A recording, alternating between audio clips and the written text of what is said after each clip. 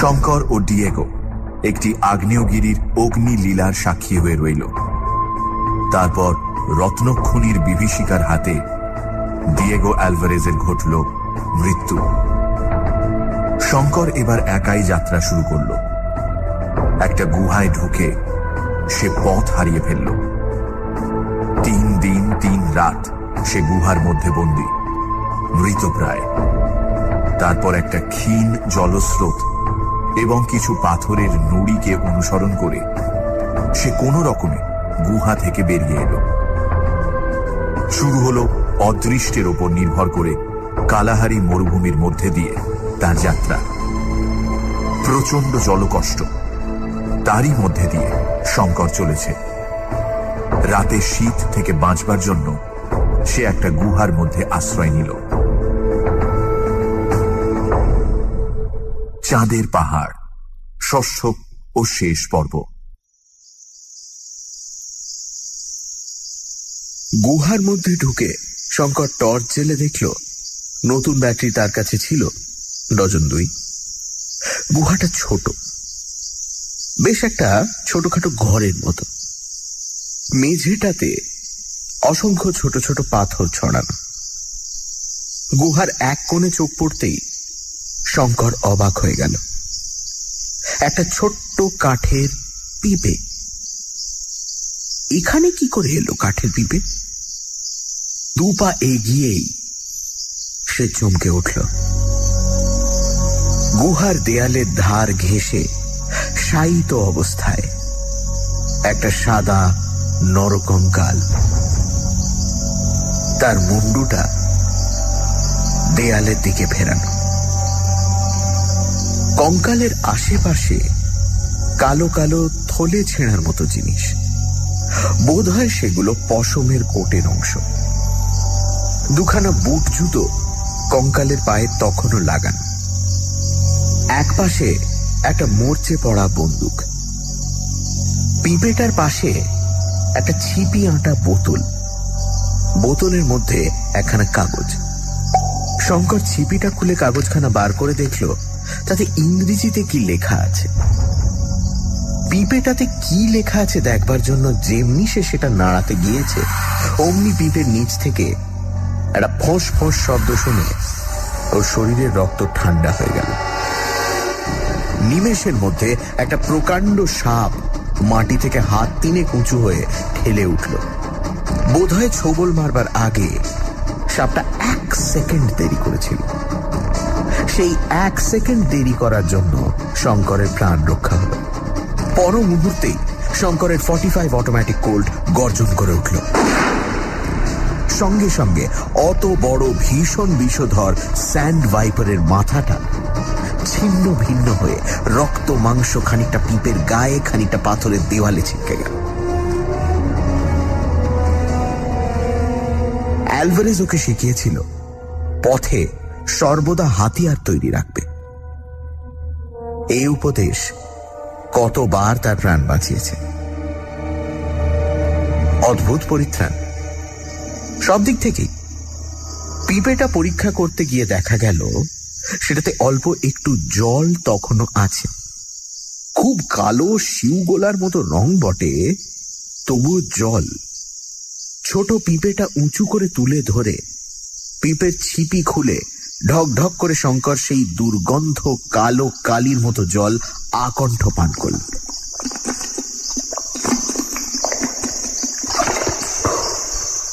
তারপর সে টর্চের আলোতে সাপটা পরীক্ষা করল। পুরো 5 হাত লম্বা সাপটা, মোটাও বেশ। এ ধরনের সাপ মরুভূমির বালির মধ্যে শরীর লুকিয়ে শুধু মুন্ডুটা উপরে তুলে থাকে। অতি মারাত্মক রকমের বিষাক্ত সাপ। এইবার বোতলের মধ্যের কাগজখানা খুলে সে মন দিয়ে পড়ল। যে ছোট্ট পেন্সিল দিয়ে এটা লেখা হয়েছে, বোতলের মধ্যে সেটাও পাওয়া গেল। কাগজখানাতে লেখা আছে, আমার মৃত্যু নিকট, আজই আমার শেষ রাত্রি। যদি আমার মরণের পরে কেউ এই ভয়ঙ্কর মরুভূমির পথে যেতে যেতে এই গুহায় এসে আশ্রয় গ্রহণ করেন, তবে সম্ভবত এই কাগজ তার হাতে পড়বে।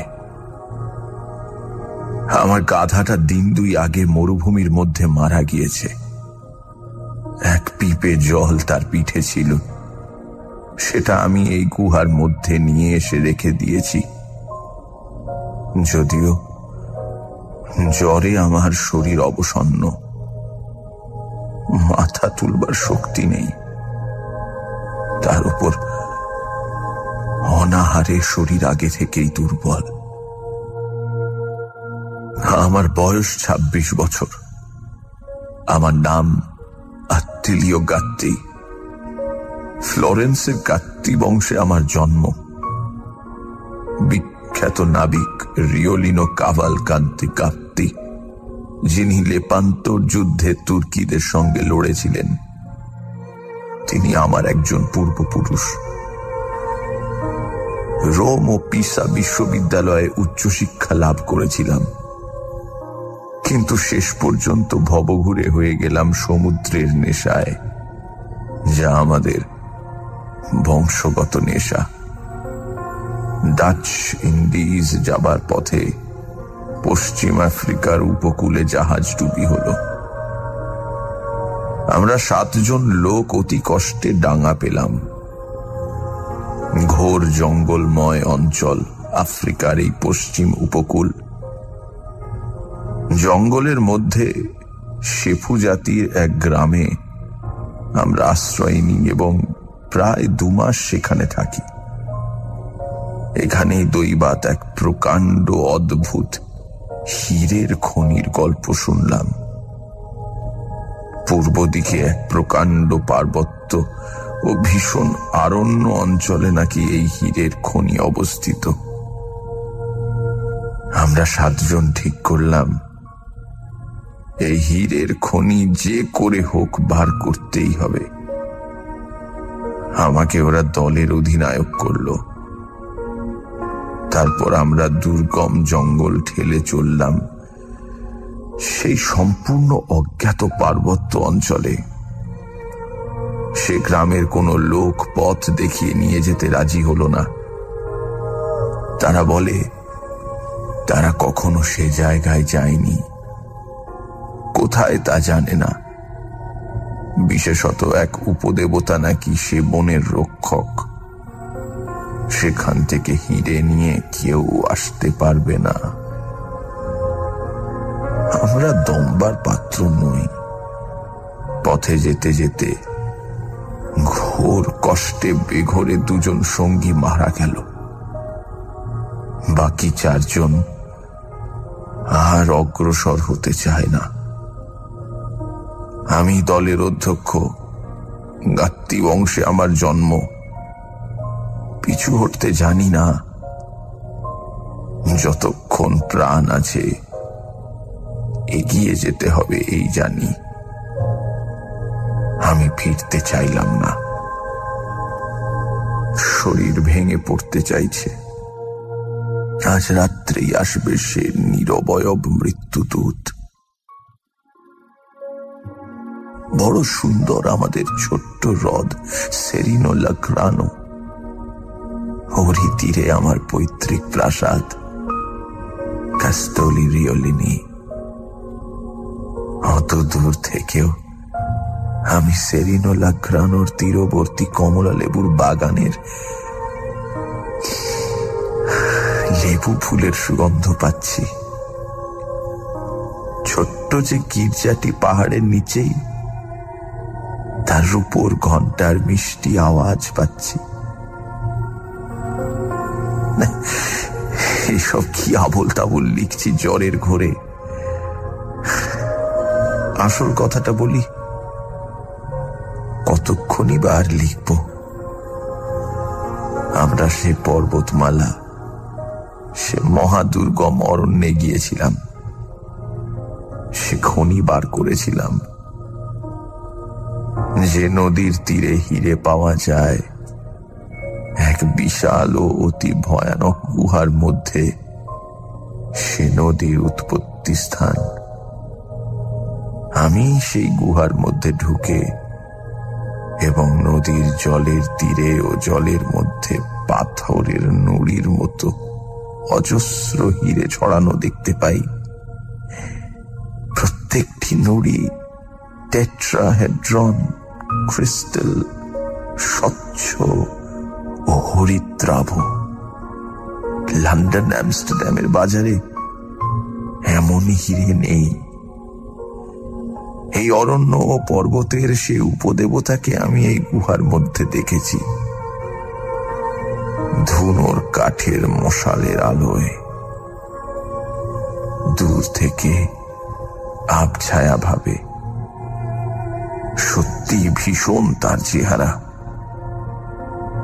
জ্বলন্ত মশাল হাতে ছিল বলেই সেদিন আমার কাছে সিংহাসনী। এই গুহাতেই সে সম্ভবত বাস করে। হীরের খনির সে রক্ষক। এই প্রবাদের সৃষ্টি সেই জন্যই বোধহয় হয়েছে। কিন্তু কি কুক্ষণেই হীরের সন্ধান পেয়েছিলাম এবং কি কুক্ষণেই সঙ্গীদের কাছে তা প্রকাশ করেছিলাম। ওদের নিয়ে আবার যখন সে গুহায় ঢুকি, হীরের খনি খুঁজে পেলাম না। একই ঘোর অন্ধকার। মশালের আলোয় সে অন্ধকার দূর হয় না। তার উপরে বহুমুখী নদী। কোন স্রোতটার ধারা হীরের রাশির ওপর দিয়ে বইছে কিছুতেই আর বার করতে পারলাম না। আমার সঙ্গীরা বর্বর জাহাজের খালাসি ভাবলো ওদের ফাঁকি দিলাম বুঝি। আমি একা নেব এই বুঝি আমার মতলব। ওরা কি ষড়যন্ত্র আঁটলো জানি না। পরদিন সন্ধেবেলা 4 জনে মিলে অতর্কিতে ছুরি খুলে আমায় আক্রমণ করলো। কিন্তু তারা জানতো না আমাকে, আত্মীয় গাত্রীকে। আমার ধমনীতে উষ্ণ রক্ত বইছে আমার পূর্বপুরুষ রিওলিনি কাভালকান্তি গাত্রীর, যিনি লেপান্তর যুদ্ধে ওরকম বহু বর্বরকে নরকে পাঠিয়েছিলেন। সান্টা ক্যাটালিনার সামরিক বিদ্যালয়ে যখন আমি ছাত্র, আমাদের অঞ্চলের শ্রেষ্ঠ ফেন্সার অ্যান্টোনিও ড্রেফাসকে ছোড়ার ডুয়েলে জখম করি। আমার ছোড়ার আঘাতে ওরা দুজনে মরে গেল। দুজন সাংঘাতিক ঘায়েল হলো। নিজেও আমি চোট পেলাম ওদের হাতে। আহত বদমাইশ দুটো সেই রাত্রে ভবলীলা শেষ করলো। ভেবে দেখলাম এখন এই গুহার গোলক ধাঁধার ভেতর থেকে খনি খুঁজে হয়তো বার করতে পারবো না। তাছাড়া আমি সাংঘাতিক আহত। আমায় সভ্য জগতে পৌঁছতেই হবে। পূর্ব দিকের পথে ডাচ উপনিবেশে পৌঁছবো বলে রওনা হয়েছিলাম। কিন্তু এ পর্যন্ত এসে আর অগ্রসর হতে পারলাম না। ওরা তল পেটে ছুরি মেরেছে। সেই ক্ষতস্থান উঠল বিষিয়ে, সেই সঙ্গে জ্বর। মানুষের কি লোভ তাই ভাবি। কেন ওরা আমাকে মারলো? ওরা আমার সঙ্গী। একবারও তো ওদের ফাঁকি দেওয়ার কথা আমার মনে আসেনি। জগতের সর্বশ্রেষ্ঠ হীরক খনির মালিক আমি, কারণ নিজের প্রাণ বিপন্ন করে তা আমি আবিষ্কার করেছি। আমি, যিনি আমার এ লেখা পড়ে বুঝতে পারবেন তিনি নিশ্চয়ই সভ্য মানুষ ও খ্রিস্টান। তার প্রতি আমার অনুরোধ, আমাকে তিনি যেন খ্রিস্টানের উপযুক্ত কবর দেন। এই অনুগ্রহের বদলে ওই খনির সত্যতাকে আমি দিলাম। রানী শিবার ধনভাণ্ডারও এ খনির কাছে কিচ্ছু নয়।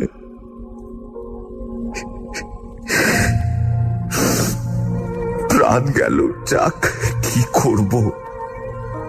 কিন্তু কি ভয়ানক মরুভূমি! একটা ঝিঝি পোকার ডাক পর্যন্ত নেই কোনো দিকে। এমন সব জায়গাও থাকে পৃথিবীতে। আমার আজকে বলি মনে হচ্ছে পপলার ঘেরা সেরিনো লাগ্রানো হ্রদ আর দেখব না। তার ধারে যে 14 শতাব্দীর গির্জাটা, তার সেই বড় রূপোর ঘণ্টার পবিত্র ধ্বনি, পাহাড়ের উপরে আমাদের যে প্রাচীন প্রাসাদ কাস্তলে রিওলিনি, মুরদের দুর্গের মতো দেখায়। দূরে আম্ব্রিয়ার সবুজ মাঠ ও দ্রাক্ষা ক্ষেত্রের মধ্য দিয়ে ছোট্ট ডোরা নদী বয়ে যাচ্ছে। যাক, আবার কি প্রলাপ বকছি। গুহার দুয়ারে বসে আকাশের অগণিত তারা প্রাণ ভরে দেখছি শেষবারের জন্য। সাধু ফ্র্যাঙ্কোর সেই সৌর স্তোত্র মনে পড়ছে। স্তুত হন প্রভু মোর, পবন সঞ্চার তরে, স্থির বায়ু তরে, ভগিনী মেদিনী তরে, নীল মেঘ তরে, আকাশের তরে, তারকা সমূহ তরে, সুদিন কুদিন তরে, দেহের মরণ তরে। আর একটা কথা, আমার 2 পায়ে জুতোর মধ্যে 5খানা বড় হিরে লুকোনো আছে। তোমায় তা দিলাম, হে অজানা পথিক বন্ধু। আমার শেষ অনুরোধটি ভুলো না। জননী মেরি তোমার মঙ্গল করুন। কমান্ডার আত্তেলিও গাত্তি, 1880 সাল, সম্ভবত মার্চ মাস।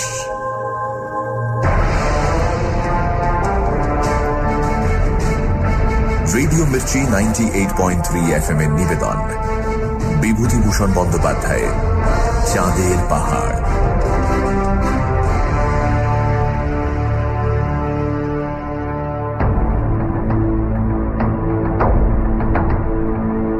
শঙ্কর গুহার মধ্যে আবিষ্কার করল আত্তেলিও গাত্তির মৃতদেহ, যা এত বছর পরে একটা কঙ্কালে পরিণত হয়েছে। বোতলের মধ্যে রাখা চিঠি থেকে জানা গেল আত্তেলিও গাত্তির করুণ কাহিনী।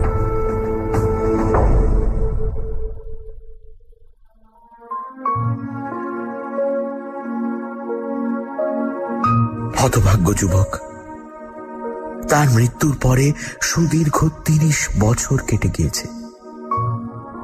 এই 30 বছরের মধ্যে এই পথে হয়তো কেউ যায়নি, গেলেও গুহাটার মধ্যে ঢোকেনি।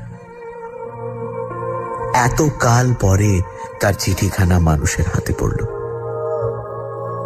আশ্চর্য এই যে কাঠের পিঁপেটাতে 30 বছর পরেও জল ছিল কি করে। কিন্তু কাগজখানা পড়েই শঙ্করের মনে হল এই লেখায় বর্ণিত ওইটাই সেই গুহা, সে নিজে যেখানে পথ হারিয়ে মারা যেতে বসেছিল। তারপর সে কৌতূহলের সঙ্গে কঙ্কালের পায়ের জুতো টান দিয়ে খসাতেই 5খানা বড় বড় পাথর বেরিয়ে পড়ল।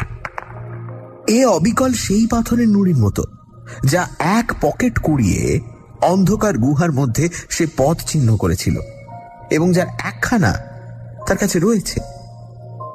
এ পাথরের নুড়ি তো সে রাশি রাশি দেখেছে গুহার মধ্যে, সেই অন্ধকারময়ী নদীর জলস্রোতের নিচে, তার 2 তীরে।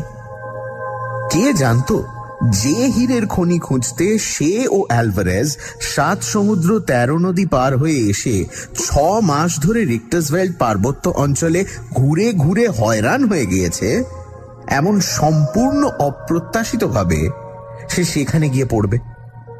হীরে যে এমন রাশি রাশি পড়ে থাকে পাথরের নুড়ির মতো, তাই বা কে ভেবেছিল? ইস, আগে সব জানা থাকলে পাথরের নুড়ি সে 2 পকেটে ভরে কুড়িয়ে নিয়ে আসত।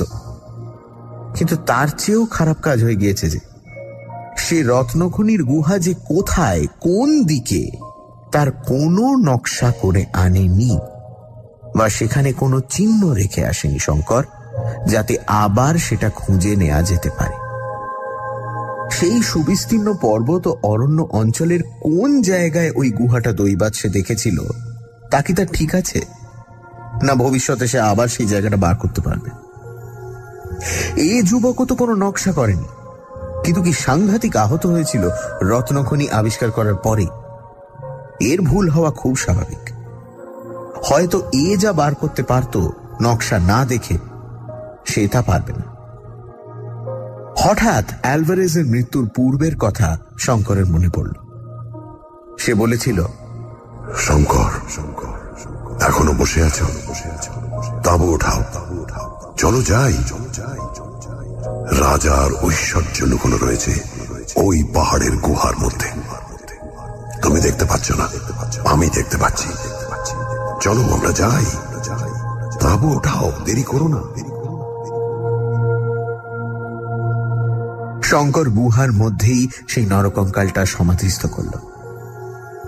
পিঁপেটা ভেঙে ফেলে তারই 2খানা কাঠে মরচে পড়া পেরেক ঠুকে ক্রুশ তৈরি করল ও সমাধির ওপর সেই ক্রুশটা পুঁতল। এছাড়া খ্রিস্ট ধর্মাচারীকে সমাধিস্থ করবার অন্য কোনো রীতি তার জানা নেই। তারপরে সে ভগবানের কাছে প্রার্থনা করল এই মৃত যুবকের আত্মার শান্তির জন্য। এসব শেষ করতে সারা দিনটা কেটে গেল। রাত্রে বিশ্রাম করে পরদিন আবার সে রওনা হল।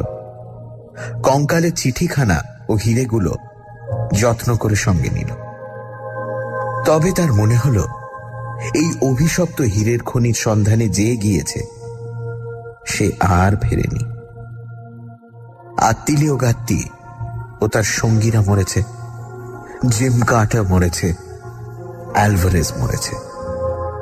এর আগেই বা কত লোক মরেছে তা ঠিক কি? এইবার তার পালা। এই মরুভূমিতেই তার শেষ, এই বীর ইটালিয়ান যুবকের মতো। দুপুরের রোদে যখন দিগদিগন্তে আগুন জ্বলে উঠল, একটা ছোট্ট পাথরের ঢিবির আড়ালে শঙ্কর আশ্রয় নিল। 135 ডিগ্রি উত্তাপ উঠেছে তাপমান যন্ত্রে। রক্ত মাংসের মানুষের পক্ষে এ উত্তাপে পথ হাঁটা চলে না। যদি সে কোনো রকমে এই ভয়ানক মরুভূমির হাত এড়াতে পারত, তবে হয়তো জীবন্ত অবস্থায় মানুষের আবাসেও পৌঁছতে পারত। সে ভয় করে শুধু এই মরুভূমি। সে জানে কালাহারি মরু বড় বড় সিংহের বিচরণ ভূমি। তার হাতে রাইফেল আছে। রাত দুপুরেও একা যত বড় সিংহই হোক, সম্মুখীন হতে সে ভয় করে না। কিন্তু ভয় হয় তৃষ্ণা রাক্ষসীকে। তার হাত থেকে পরিত্রাণ নেই। দুপুরে এসে 2বার মরীচিকা দেখল। এতদিন মরুপথে আসতেও সে এই আশ্চর্য নৈসর্গিক দৃশ্য দেখেনি। বইয়েই পড়েছিল মরীচিকার কথা। একবার উত্তর পূর্ব কোণে, একবার দক্ষিণ পূর্ব কোণে, 2 মরীচিকাই কিন্তু প্রায় একরকম। অর্থাৎ একটা বড় গম্বুজওয়ালা মসজিদ বা গির্জা, চারপাশে খেজুর কুঞ্জ, সামনে বিস্তৃত জলাশয়। উত্তর পূর্ব কোণের মরীচিকাটা বেশি স্পষ্ট। সন্ধ্যার দিকে দূর দিগন্তে মেঘমালার মতো পর্বতমালা দেখা গেল। শঙ্কর নিজের চোখকে বিশ্বাস করতে পারল না। পূর্ব দিকে একটাই মাত্র বড় পর্বত এখান থেকে দেখা পাওয়া সম্ভব। দক্ষিণ রোডেশিয়ার প্রান্তবর্তী চিমানিমানি পর্বতমালা। তাহলে কি বুঝতে হবে যে সে বিশাল কালাহারি পদব্রজে পার হয়ে প্রায় শেষ করতে চলেছে? না এও মরীচিকা? কিন্তু রাত 10টা পর্যন্ত পথ চলেও জ্যোৎস্না রাত্রে সে দূর পর্বতের সীমারেখা তেমনি স্পষ্ট দেখতে পেল। অসংখ্য ধন্যবাদ হে ভগবান, মরীচিকা নয়। তবে জ্যোৎস্না রাত্রে কেউ কখনো মরীচিকা দেখেনি। তবে কি প্রাণের আশা আছে? আজ পৃথিবীর বৃহত্তম রত্নখনির মালিক সে। নিজের পরিশ্রমে ও দুঃসাহসের বলে সে তার সত্ত্ব অর্জন করেছে। দরিদ্র বাংলা মায়ের বুকে সে যদি আজ বেঁচে ফেরে।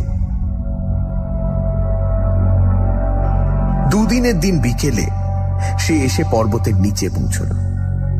তখন সে দেখল পর্বত পার হওয়া ছাড়া ওপারে যাওয়ার কোনো সহজ উপায় নেই। নইলে 25 মাইল মরুভূমি পাড়ি দিয়ে পর্বতের দক্ষিণ প্রান্ত ঘুরে আসতে হবে। মরুভূমির মধ্যে সে আর কিছুতেই যেতে রাজি নয়। সে পাহাড় পার হয়েই যাবে। এইখানে সে প্রকাণ্ড একটা ভুল করল। সে ভুলে গেল যে 12,500 ফুট একটা পর্বতমালা ডিঙিয়ে ওপারে যাওয়া সহজ ব্যাপার নয়। রিক্টাস ভেল্ট পার হওয়ার মতোই শক্ত, তার চেয়েও শক্ত, কারণ সেখানে অ্যালভারেস্ট ছিল। এখানে সে একা। শঙ্কর ব্যাপারের গুরুত্বটা তেমন বুঝতে পারল না। ফলে চিমানিমানি পর্বত উত্তীর্ণ হতে গিয়ে প্রাণ হারাতে বসল। ভীষণ প্রজ্বলন্ত কালাহারি পার হতে গিয়েও সে এমন ভাবে নিশ্চিত মৃত্যুর সম্মুখীন হয়।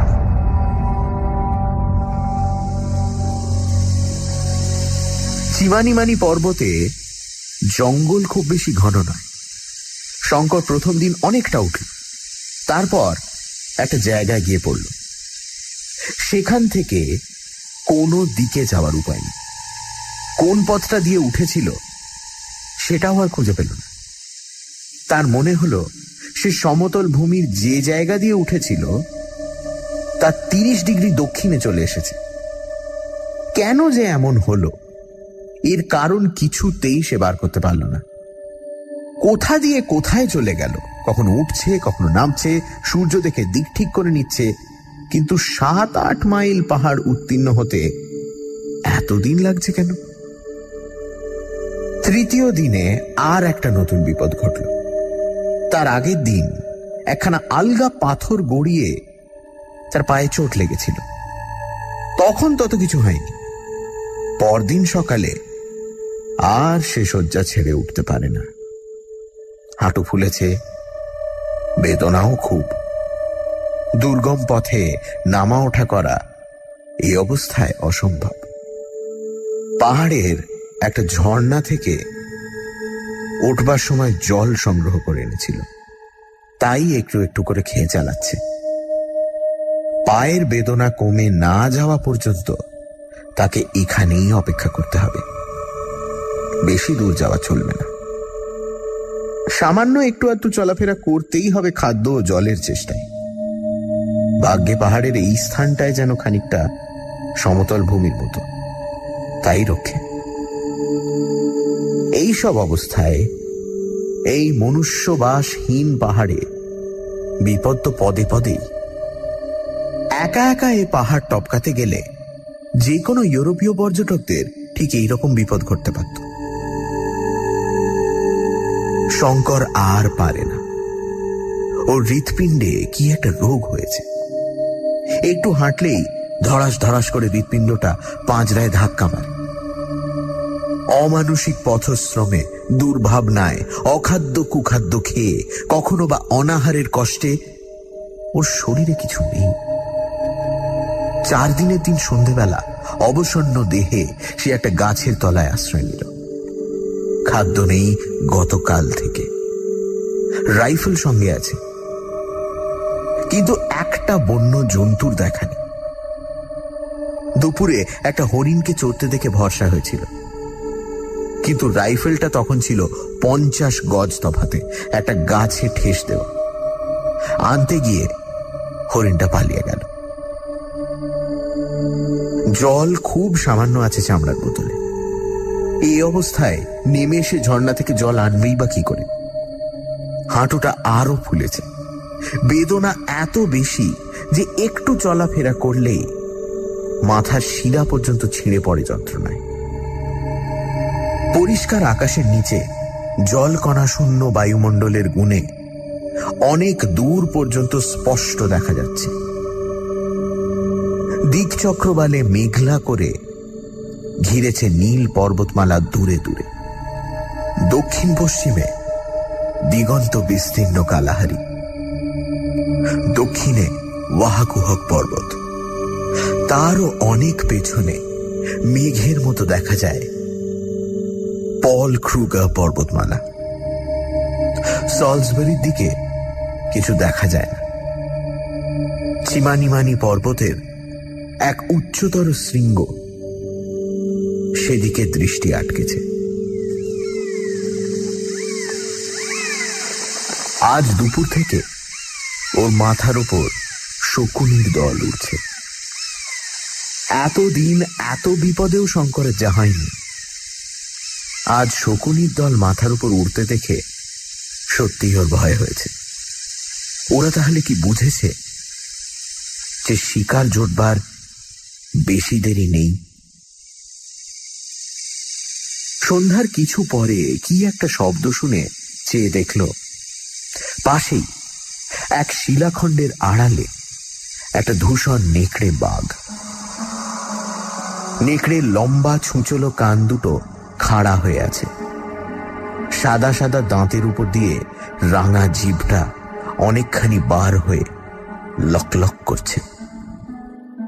চোখে চোখ পড়তেই সেটা চট করে পাথরের আড়াল থেকে সরে দূরে পালালো। নেকড়ে বাঘটাও তাহলে কি বুঝেছে পশুরা নাকি আগে থেকে অনেক কথা জানতে পারে? হাড় ভাঙা শীত পড়ল রাত্রে। ও কিছু কাঠকুটো কুড়িয়ে আগুন জ্বালল। অগ্নিকুণ্ডের আলো যতটুকু পড়েছে তার বাইরে ঘন অন্ধকার। কি একটা জন্তু এসে অগ্নিকুণ্ড থেকে কিছু দূরে অন্ধকারে দেহ মিশিয়ে চুপ করে বসল। কায়োটি, বন্য কুকুর জাতীয় জন্তু। ক্রমে আর একটা, আর দুটো, আর তিনটে। রাত বাড়বার সঙ্গে সঙ্গে 10-15টা এসে জমা হলো। অন্ধকারে তার চার ধার ঘিরে নিঃশব্দে অসীম ধৈর্যের সঙ্গে যেন কিসের প্রতীক্ষা করছে। কি সব অমঙ্গলজনক দৃশ্য! ভয়ে ওর গায়ের রক্ত হিম হয়ে গেল। সত্যি কি এতদিনে তারও মৃত্যু ঘনিয়ে এসেছে? সেও পারল না রিক্টাসভেল থেকে হিরে নিয়ে পালিয়ে যেতে। ওহ, আজ কত টাকার মালিক সে! হীরের খনি বাদ যাক, তার সঙ্গে যে 6খানা হিরে রয়েছে তার দাম অন্তত 2-3 লক্ষ টাকা নিশ্চয়ই হবে। তার গরিব গ্রামে গরিব বাপ মায়ের বাড়িতে যদি সে এই টাকা নিয়ে গিয়ে উঠতে পারত, কত গরিবের চোখে জল মুছিয়ে দিতে পারত। গ্রামের কত দরিদ্র কুমারীকে বিবাহের যৌতুক দিয়ে ভালো পাত্রে বিবাহ দিত। কত সহায়হীন বৃদ্ধ বৃদ্ধার শেষ কটা দিন নিশ্চিন্ত করে তুলতে পারত। কিন্তু যা হবার নয়, কি হবে সেসব ভেবে? তার চেয়ে এই অপূর্ব রাত্রির নক্ষত্রালোকিত আকাশের শোভা, এই বিশাল পর্বত ও মরুভূমির নিস্তব্ধ গম্ভীর রূপ, মৃত্যুর আগে সেও চোখ ভরে দেখতে চায়। সেই ইটালিয়ান যুবক গাত্তির মতো। ওরা যে অদৃষ্টের এক অদৃশ্য তারে গাঁথা সবাই। আত্মিলীয় গাত্তি ও তার সঙ্গীরা, জিমকাটা, অ্যালভারেজ, শঙ্কর।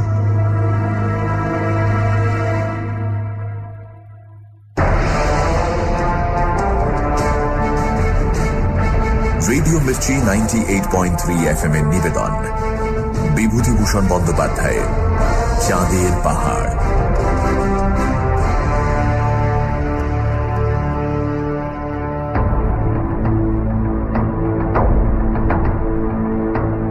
শঙ্কর আত্মীয় গাট্টির দেহ সমাধিস্থ করল। ওর পায়ের জুতো থেকে হিরে দেখে বুঝল এরকম অজস্র নুড়ির মতো দেখতে হিরে সে দুইবার আগের গুহাটায় দেখেছিল, যেখানে সে পথ হারিয়ে ফেলেছিল। মরুভূমি পার হয়ে সে পাহাড়ের কাছে এসে পড়ল। শঙ্কর আহত, অসুস্থ, মাথার ওপর শকুনির দল, অন্ধকারে তার দিকে ওঁত পেতে রয়েছে নেকড়ে কয়োটির দল। রাত গভীর হয়েছে, কি ভীষণ শীত। একবার সে চেয়ে দেখল কায়োটিগুলো এরই মধ্যে কখন আরো কাছে সরে এসেছে। অন্ধকারের মধ্যে আলো পড়ে তাদের চোখগুলো জ্বলছে। শঙ্কর একখানা জ্বলন্ত কাঠ ছুঁড়ে মারতেই ওরা সব দূরে সরে গেল। কিন্তু কি নিঃশব্দ ওদের গতিবিধি, আর কি অসীম ওদের ধৈর্য। শঙ্করের মনে হলো ওরা জানে শিকার ওদের হাতের মুঠোয়, হাত ছাড়া হবার কোনো উপায় নেই। ইতিমধ্যে সন্ধেবেলার সেই ধূসর নেকড়ে বাঘটাও দুবার এসে অন্ধকারে কায়োটিদের পিছনে বসে দেখে গিয়েছে। একটুও ঘুমোতে ভরসা হলো না ওর। কি জানি কায়োটিগুলো আর নেকড়ের দল হয়তো তাহলে জীবন্তই তাকে ছিঁড়ে খাবে মৃত মনে করে। অবসন্ন ক্লান্ত দেহে জেগেই বসে থাকতে হবে তাকে। ঘুমে চোখ ঢুলে আসলেও উপায় নেই। মাঝে মাঝে কায়োটিগুলো এগিয়ে এসে বসে। ও জ্বলন্ত কাঠ ছুঁড়ে মারতেই সরে যায়। দু একটা হায়নাও এসে ওদের দলে যোগ দিয়েছে। হায়নাদের চোখগুলো অন্ধকারে কি ভীষণ জ্বলে। শঙ্কর কি ভয়ানক অবস্থাতে পড়েছে। জনবিরল বর্বর দেশের জনশূন্য পর্বতের ৩৫০০ ফুট ওপরে সে চলৎশক্তিহীন অবস্থায় বসে। গভীর রাত, ঘোর অন্ধকার, সামান্য আগুন জ্বলছে। মাথার ওপর জলকণা শূন্য স্তব্ধ বায়ুমণ্ডলের কোণে আকাশের অগণ্য তারা জল জল করছে যেন ইলেকট্রিক আলোর মতো। নিচে তার চারধার ঘিরে অন্ধকারে মাংস লোলুপ নীরব নেকড়ে কায়োটি হায়নার দল। কিন্তু সঙ্গে সঙ্গে তার এটাও মনে হলো বাংলার পাড়া গায়ে ম্যালেরিয়ায় ধুকে সে মরছে না। এই মৃত্যু বীরের মৃত্যু। পায়ে হেঁটে কালাহারি মরুভূমি পার হয়েছে সে একা। মরে গিয়ে চিমানিমানি পর্বতের শিলায় নাম খুদে রেখে যাবে সে একজন বিশিষ্ট ভ্রমণকারী ও আবিষ্কারক। অত বড় হীরের খনি সেই তো খুঁজে বার করেছে। অ্যালভারেজ মারা যাওয়ার পরে সেই বিশাল অরণ্য ও পর্বত অঞ্চলের গোলকধাঁধা থেকে সে তো একাই বার হতে পেরে এত দূর এসেছে। এখন সে নিরুপায়, অসুস্থ, চলৎ শক্তিরহিত। তবুও সে যুদ্ধছে। ভয় তো পায়নি, সাহস তো হারায়নি। কাপুরুষ ভীতু নয় সে। জীবন মৃত্যু তো অদৃষ্টের খেলা। না বাঁচলে তার দোষ কি? দীর্ঘ রাত্রি কেটে গিয়ে পূব দিক ফর্সা হল। সঙ্গে সঙ্গে বন্য জন্তুর দল কোথায় পালাল। বেলা বাড়ছে। আবার নির্মম সূর্য জ্বালিয়ে পুড়িয়ে দিতে শুরু করেছে দিক বিদিক। সঙ্গে সঙ্গে শকুনির দল কোথা থেকে এসে হাজির। কেউ মাথার উপর ঘুরছে, কেউ বা দূরে দূরে গাছের ডালে কি পাথরের উপর বসছে। খুব ধীর ভাবে প্রতীক্ষা করছে। ওরা যেন বলছে, কোথায় যাবে বাচাদন? যে কদিন লাফালাফি করবে করে নাও, আমরা বসি। এমন কিছু তাড়া নেই আমাদের। শঙ্করের খিদে নেই, খাবার ইচ্ছেও নেই। তবুও সে গুলি করে একটা শকুনি মারল। রোদ ভীষণ চড়েছে, আগুন তাতা পাথরের গায়ে পা রাখা যায় না। এ পর্বত মরুভূমির সামিল, খাদ্য এখানে মেলে না, জলও না। সে মরা শকুনিটাকে নিয়ে এসে আগুন জেলে ঝলসাতে বসল। এর আগে মরুভূমির মধ্যেও সে শকুনির মাংস খেয়েছে। এরাই এখন প্রাণ ধারণের একমাত্র উপায়। আজ ও খাচ্ছে ওদের, কাল ওরা খাবে ওকে। শকুনিগুলো এসে আবার মাথার উপর জুটেছে। তার নিজের ছায়া পড়েছে পাথরের গায়ে। সেই নির্জন স্থানে শঙ্করের উদ্ভ্রান্ত মনে ছায়াটা যেন একজন সঙ্গী মনে হল। বোধহয় ওর মাথা খারাপ হয়ে আসছে, কারণ বেঘোর অবস্থায় ও কতবার নিজের ছায়ার সঙ্গে কথা বলতে লাগলো, কতবার পরক্ষণের সচেতন মুহূর্তে নিজের ভুল বুঝে নিজেকে সামলে নিল। ও পাগল হয়ে যাচ্ছে নাকি? জ্বর হয়নি তো? তার মাথার মধ্যে ক্রমশ গোলমাল হয়ে যাচ্ছে সব। অ্যালভারেজ, হীরের খনি, পাহাড় পাহাড়, বালির সমুদ্র আর তিলীয় গাত্তি। কাল রাত্রে ঘুম হয়নি, আবার রাত আসছে। সে একটু ঘুমিয়ে নেবে। কিসের শব্দে ওর তন্দ্রা ছুটে গেল। একটা অদ্ভুত ধরনের শব্দ আসছে কোন দিক থেকে, কোনো পরিচিত শব্দের মতো নয়। কিসের শব্দ? কোন দিক থেকে শব্দটা আসছে তাও বোঝা যায় না, কিন্তু ক্রমশ কাছে আসছে সেটা। হঠাৎ আকাশের দিকে শঙ্করের চোখ পড়তেই সে অবাক হয়ে চেয়ে রইল। তার মাথার ওপর দিয়ে আকাশের পথে বিকট শব্দ করে কি জিনিস যাচ্ছে ওটা? ওই কি এরোপ্লেন? সে বইয়ে ছবি দেখেছে বটে। এরোপ্লেন যখন ঠিক মাথার উপরে এলো, শঙ্কর চিৎকার করলো, কাপড় ওড়ালো, গাছের ডাল ভেঙে নাড়লো, কিন্তু কিছুতেই পাইলটের দৃষ্টি আকর্ষণ করতে পারল না।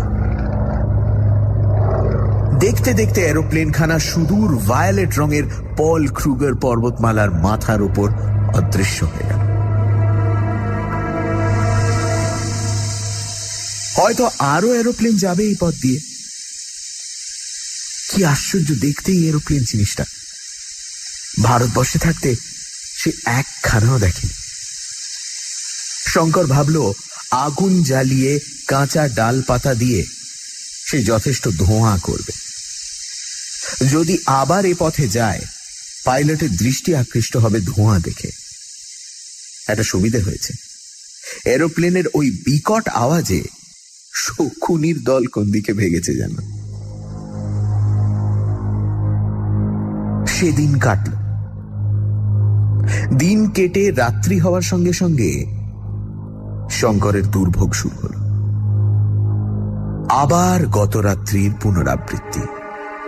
সেই কায়োটির দল আবার এলো। আগুনের চারধারে তারা আবার তাকে ঘিরে বসল।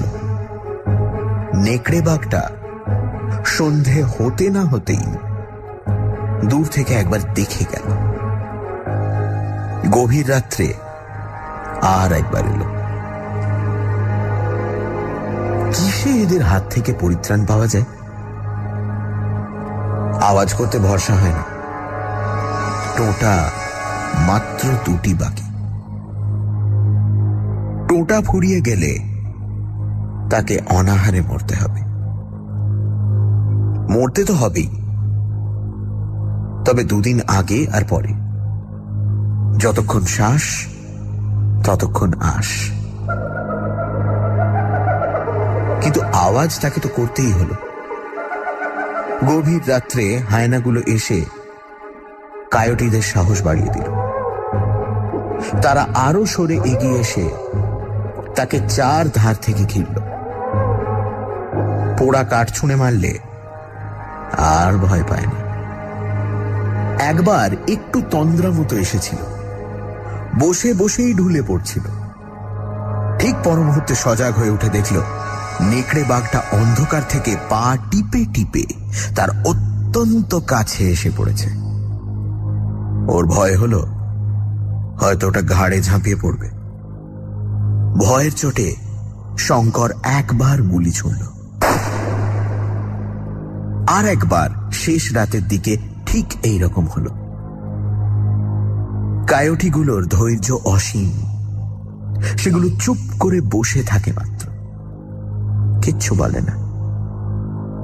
কিন্তু নেকড়ে বাঘটা ফাঁক খুঁজছে। রাত ফর্সা হওয়ার সঙ্গে সঙ্গে দুঃস্বপ্নের মতো অন্তর্হিত হয়ে গেল কায়োটি, হাইনা ও নেকড়ের দল। সঙ্গে সঙ্গে শঙ্করও আগুনের ধারে শুয়েই ঘুমিয়ে পড়ল। একটা কিসের শব্দে ঘুম ভেঙে গেল। খানিকটা আগে খুব বড় একটা আওয়াজ হয়েছে কিছু। শঙ্করের কানে তার রেশ এখনো লেগে আছে। কেউ কি বন্দুকের আওয়াজ করেছে? কিন্তু তা অসম্ভব। এই দুর্গম পর্বতের পথে কোন মানুষ আসবে? একটি মাত্র টোটা অবশিষ্ট ছিল। শঙ্কর ভাগ্যের উপর নির্ভর করে সেটা খরচ করে একটা আওয়াজ করল। যা থাকে কপালে, মরেছেই তো। উত্তরে দুবার বন্দুকের আওয়াজ হলো। আনন্দে ও উত্তেজনায় শঙ্কর ভুলে গেল যে তার পা খোঁড়া, ভুলে গেল যে এক টানা বেশি দূর সে যেতে পারে না, তার আর টোটা নেই, সে আর বন্দুকের আওয়াজ করতে পারল না। কিন্তু প্রাণপণে চিৎকার করতে লাগলো, গাছের ডাল ভেঙে নাড়তে লাগলো, আগুন জ্বালাবার কাঠকুটোর সন্ধানে চারিদিকে আকুল দৃষ্টিতে চেয়ে দেখতে লাগলো। ক্রুগার ন্যাশনাল পার্ক জরিপ করবার দল কিম্বারলি থেকে কেপটাউন যাবার পথে চিমানিমানি পর্বতের নিচে কালাহারি মরুভূমির উত্তর পূর্ব কোণে তাঁবু ফেলেছিল। সঙ্গে 7খানা ডাবল টায়ার ক্যাটারপিলার চাকা বসানো মোটর গাড়ি। এদের দলে নিগ্রো কুলি ও চাকর বাকর বাদে 9 জন ইউরোপীয়। জনচারেক হরিণ শিকার করতে উঠেছিল চিমানিমানি পর্বতের প্রথম ও নিম্নতম থাকটাতে। হঠাৎ এই জনহীন অরণ্য প্রদেশে সভ্য রাইফেলের আওয়াজ শুনে ওরা বিস্মিত হয়ে উঠল। কিন্তু পুনরায় ওদের আওয়াজের প্রত্যুত্তর না পেয়ে ইতস্তত খুঁজতে বেরিয়ে দেখতে পেল সামনে একটা অপেক্ষাকৃত উচ্চতর চূড়ো থেকে এক জীর্ণ ও কঙ্কাল সার কোটরগত চক্ষু প্রেত মূর্তি উন্মাদের মতো হাত পা নেড়ে তাদের কি বোঝাবার চেষ্টা করছে। তার পরনে ছিন্ন ভিন্ন অতি মলিন ইউরোপীয় পরিচ্ছদ। ওরা ছুটে গেল। শঙ্কর আবল তাবল কি বকলো ওরা ভালো বুঝতে পারল না। যত্ন করে ওকে নামিয়ে পাহাড়ের নিচে ওদের ক্যাম্পে নিয়ে গেল। ওর জিনিসপত্র নামিয়ে আনা হয়েছিল, ওকে বিছানায় শুইয়ে দেওয়া হলো। কিন্তু এই ধাক্কায় শঙ্করকে বেশ ভুগতে হল। ক্রমাগত অনাহারে, কষ্টে, উদ্বেগে, অখাদ্য কুখাদ্য গ্রহণের ফলে তার শরীর খুব জখম হয়েছিল। সেই রাত্রে তার বেজায় জ্বর এল। জ্বরে সে অঘোর অচৈতন্য হয়ে পড়ল। কখন যে মোটর গাড়ি ওখান থেকে ছাড়ল, কখন যে তারা সলসবেরিতে পৌঁছল, শঙ্করের কিছুই খেয়াল নেই। সেই অবস্থায় 15 দিন সে সলসবেরি হাসপাতালে কাটিয়ে দিল। তারপর ক্রমশ সুস্থ হয়ে মাসখানেক পরে একদিন সকালে হাসপাতাল থেকে ছাড়া পেয়ে বাইরের রাজপথে এসে দাঁড়াল।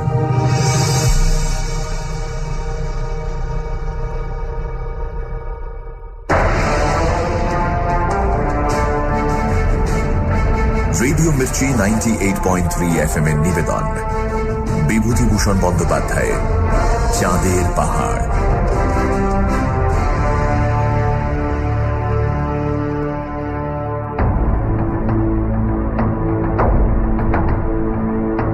শঙ্করের অবস্থা সাংঘাতিক।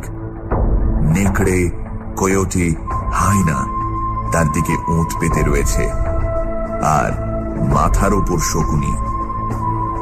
শঙ্কর দেখছে মৃত্যু তার সামনে, কিন্তু এ মৃত্যু বীরের মৃত্যু। এই অবস্থা থেকে শঙ্করকে উদ্ধার করল একটা এরোপ্লেন। শঙ্করকে তারা নিয়ে গেল সলসবেরির হাসপাতালে।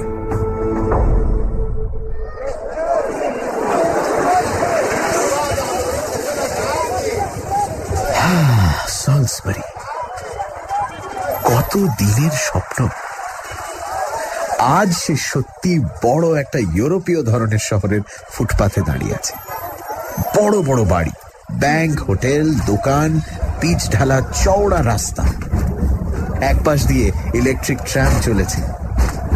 জুলু রিক্সাওয়ালা রিক্সা টানছে, কাগজওয়ালা কাগজ বিক্রি করছে। সবই যেন নতুন, যেন এসব দৃশ্য জীবনে কখনো সে দেখেনি। লোকালয়ে তো এসেছে, কিন্তু একেবারে কপর্দক শূন্য। এক পেয়ালা চা খাবার পয়সাও তার নেই। কাছে একটা ভারতীয় দোকান দেখে তার বড় আনন্দ হলো। কতদিন সে দেখেনি স্বদেশবাসীর মুখ। দোকানদার মেমন মুসলমান, সাবান ও গন্ধদ্রব্যের পাইকারি বিক্রেতা। খুব বড় দোকান। শঙ্করকে দেখেই সে বুঝল এ দুস্থ ও বিপদগ্রস্ত। নিজে 2 টাকা সাহায্য করল ও একজন বড় ভারতীয় সওদাগরের সঙ্গে দেখা করতে বলে দিল। টাকা দুটি পকেটে নিয়ে শঙ্কর আবার পথে এসে দাঁড়াল। আসবার সময় বলে এলো, অসীম ধন্যবাদ টাকা দুটির জন্য। এ আমি আপনার কাছে ধার নিলাম। আমার হাতে পয়সা এলে আপনাকে কিন্তু এ টাকা নিতে হবে। সামনেই একটা ভারতীয় রেস্তোরাঁ। সে ভালো কিছু খাবার লোভ সম্বরণ করতে পারল না। কতদিন সভ্য খাদ্য মুখে দেয়নি। সেখানে ঢুকে 1 টাকার পুরি, কচুরি, হালুয়া, মাংসের চপ, কেক পেট ভরে খেল। সেই সঙ্গে 2-3 পেয়ালা কফি। চায়ের টেবিলে একখানা পুরনো খবরের কাগজের দিকে তার নজর পড়ল। তাতে এক জায়গায় হেডলাইনে বড় বড় অক্ষরে লেখা রয়েছে, ন্যাশনাল পার্ক জরিপ দলের বিচিত্র অভিজ্ঞতা। মরুভূমিতে তৃষ্ণায় মৃতপ্রায় শ্রান্ত এক ভারতীয় আবিষ্কার, তার বিস্ময়কর অভিজ্ঞতার কাহিনী। শঙ্কর দেখল তার একটা ফটো ছাপা হয়েছে কাগজে। তার মুখে সম্পূর্ণ কাল্পনিক একটা গল্প দেওয়া হয়েছে। এইরকম গল্প সে কারো কাছে করেনি। খবরের কাগজখানার নাম সলসবেরি ডেইলি ক্রনিকল। সে খবরের কাগজের অফিসে গিয়ে নিজের পরিচয় দিল। তার চারপাশে ভিড় জমে গেল। ওকে খুঁজে বার করবার জন্য রিপোর্টারের দল অনেক চেষ্টা করেছিল জানা গেল। সেখানে চিমানিমানি পর্বতে পা ভেঙে পড়ে থাকার গল্প বলে ও ফটো তুলতে গিয়ে শঙ্কর 50 টাকা পেল। তা থেকে সে আগে সেই সহৃদয় মুসলমান দোকানদারের টাকা দুটি দিয়ে এল। আগ্নেয়গিরিটা সম্বন্ধে সে কাগজে একটা প্রবন্ধ লিখল। তাতে আগ্নেয়গিরিটার নামকরণ করল মাউন্ট অ্যালভারেজ। তবে মধ্য আফ্রিকার অরণ্যে লুকোনো এত বড় একটা আস্ত জীবন্ত আগ্নেয়গিরির এই গল্প কেউ বিশ্বাস করল, কেউ করল না। অবশ্যই রত্নের গুহার বাষ্প সে কাউকে জানতে দেয়নি। দিলে দলে দলে লোক ছুটবে ওর সন্ধানে। তারপরে একটা বইয়ের দোকানে গিয়ে সে এক রাশ ইংরেজি বই ও মাসিক পত্রিকা কিনল। বই পড়েনি কত কাল। সন্ধ্যায় একটা সিনেমায় ছবি দেখল। কতকাল পরে রাত্রে হোটেলের ভালো বিছানায় ইলেকট্রিক আলোর তলায় শুয়ে বই পড়তে পড়তে সে মাঝে মাঝে জানলা দিয়ে নিচের প্রিন্স অ্যালবার্ট ভিক্টর স্ট্রিটের দিকে চেয়ে চেয়ে দেখছিল। ট্রাম যাচ্ছে নিচ দিয়ে, রিক্সা যাচ্ছে, ভারতীয় কফিখানায় ঠুন ঠুন করে ঘন্টা বাজছে। মাঝে মাঝে 2-4খানা মোটরও যাচ্ছে। এর সঙ্গে মনে হলো আর একটা ছবি। সামনে আগুনের কুণ্ড, কিছু দূরে বৃত্তাকারে ঘিরে বসে আছে কায়োটি ও হায়নার দল। ওদের পেছনে নেকড়েটার 2 গোল গোল চোখ আগুনের ভাঁটার মতো জ্বলছে অন্ধকারের মধ্যে। কোনটা স্বপ্ন চিমানিমানি পর্বতে যাপিত সেই ভয়ঙ্কর রাত্রি, না আজকের এই রাত্রি? ইতিমধ্যে সলসবেরিতে শঙ্কর একজন বিখ্যাত লোক হয়ে উঠেছে। রিপোর্টারের ভিড়ে তার হোটেলের হল সব সময় ভর্তি। খবরের কাগজের লোক আসে তার ভ্রমণ বৃত্তান্ত ছাপবার কন্ট্রাক্ট করতে, কেউ আসে ফটো নিতে। আত্তিলিও গাত্তির কথা সে ইটালিয়ান কনসাল জেনারেলকে জানাল। তার অফিসের পুরনো কাগজপত্র ঘেঁটে জানা গেল আত্তিলিও গাত্তি নামে একজন সম্ভ্রান্ত ইটালিয়ান যুবক 1879 সালের অগস্ট মাসে পর্তুগিজ পশ্চিম আফ্রিকার উপকূলে জাহাজডুবি হওয়ার পর নামে। তারপর যুবকটির আর কোনো পাত্তা পাওয়া যায়নি। তার আত্মীয় স্বজন ধনী ও সম্ভ্রান্ত লোক। 1890 থেকে 1895 সাল পর্যন্ত তারা তাদের নিরুদ্দিষ্ট আত্মীয়র সন্ধানের জন্য পূর্ব, পশ্চিম ও দক্ষিণ আফ্রিকার কনসুলেট অফিসকে জ্বালিয়ে খেয়েছিল। পুরস্কার ঘোষণা করাও হয়েছিল তার সন্ধানের জন্য। 1895 সাল থেকে তারা হাল ছেড়ে দিয়েছিল। পূর্বোক্ত মুসলমান দোকানদারটির সাহায্যে সে ব্ল্যাকমুন স্ট্রিটের বড় জহুরি রাইডল ও মসবির দোকানে 4খানা পাথর 32,500 টাকায় বিক্রি করল। বাকি 2খানার দর আরো বেশি উঠেছিল, কিন্তু শঙ্কর সে 2খানা পাথর তার মাকে দেখাবার জন্য দেশে নিয়ে যেতে চায়। এখন বিক্রি করবার ইচ্ছে তার নেই।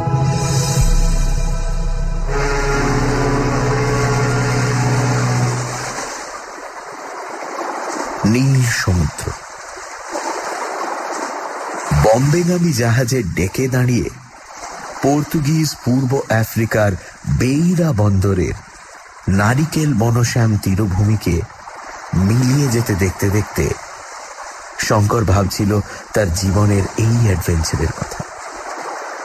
এই তো জীবন, এইভাবেই তো জীবনকে ভোগ করতে চেয়েছিল সে। মানুষের আয়ু মানুষের জীবনের ভুল মাপকাঠি। 10 বছরের জীবন উপভোগ করেছে সে এই 1.5 বছরে। আজ সে শুধু একজন ভবঘুরে পথিক নয়, একটা জীবন্ত আগ্নেয়গিরির সহ আবিষ্কারক। মাউন্ট অ্যালভারেজকে সে জগতে প্রসিদ্ধ করবে। দূরে ভারত মহাসমুদ্রের পারে জননী জন্মভূমি পুণ্যভূমি ভারতবর্ষের জন্য এখন মন তার চঞ্চল হয়ে উঠেছে। তার মন উৎসুক হয়ে আছে কবে দূর থেকে বোম্বাইয়ের রাজাভাই টাওয়ারের উঁচু চূড়োটা মাতৃভূমির উপকূলের সান্নিধ্য ঘোষণা করবে। তারপর বাউল কীর্তন গান মুখরিত বাংলাদেশের প্রান্তে তার শ্যামল গ্রামটি। সামনে আসছে বসন্তকাল। পল্লী পথে যখন একদিন সজনে ফুলের দল পথ বিছিয়ে পড়ে থাকবে, বউ কথা ডাকবে ওদের বড় বকুল গাছটায়, নদীর ঘাটে লাগবে গিয়ে ওর ডিম। বিদায় অ্যালভারেজ বন্ধু। স্বদেশে ফিরে যাওয়ার এই আনন্দের মুহূর্তে তোমার কথাই মনে হচ্ছে আজ। তুমি সেই দলের মানুষ, সারা আকাশ যাদের ঘরের ছাদ, সারা পৃথিবী যাদের পায়ে চলার পথ। আশীর্বাদ করো তোমার মহারণ্যের নির্জন সমাধি থেকে, যেন তোমার মতো হতে পারি জীবনে, অমনি সুখ দুঃখে নিষ্প্রিয়, অমনি নির্ভীক। বিদায় বন্ধু আত্তিলিও গাত্তি। অনেক জন্মের বন্ধু ছিলে তুমি। তোমরা সবাই মিলে শিখিয়েছ চীন দেশের সেই প্রাচীন ছড়াটি কত সত্য। ছাদের আলসের চৌরস একখানা টালি হয়ে অনড় অবস্থায় সুখে স্বাচ্ছন্দ্যে থাকার চেয়ে স্ফটিকের পাথর হয়ে ভেঙে যাওয়া অনেক ভালো, অনেক ভালো, অনেক ভালো। আবার তাকে আফ্রিকায় ফিরতে হবে। এখন জন্মভূমির টান বড় টান। এখন জন্মভূমির কোলে সে কিছুদিন কাটাবে, তারপর দেশেই সে কোম্পানি গঠন করবার চেষ্টা করবে। আবার সুদূর রিক্টাসভেল্ড পর্বতে ফিরবে রত্ন খনির অনুসন্ধানে। সে খুঁজে বার করবেই।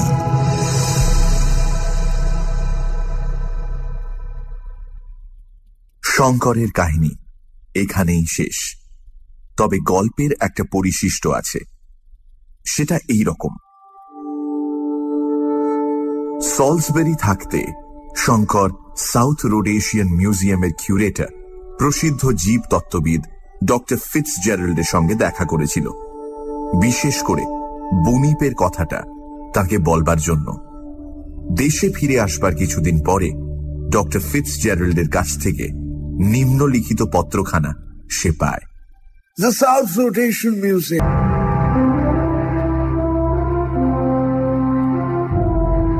শেষ হল বিভূতিভূষণ বন্দ্যোপাধ্যায়ের চাঁদের পাহাড়।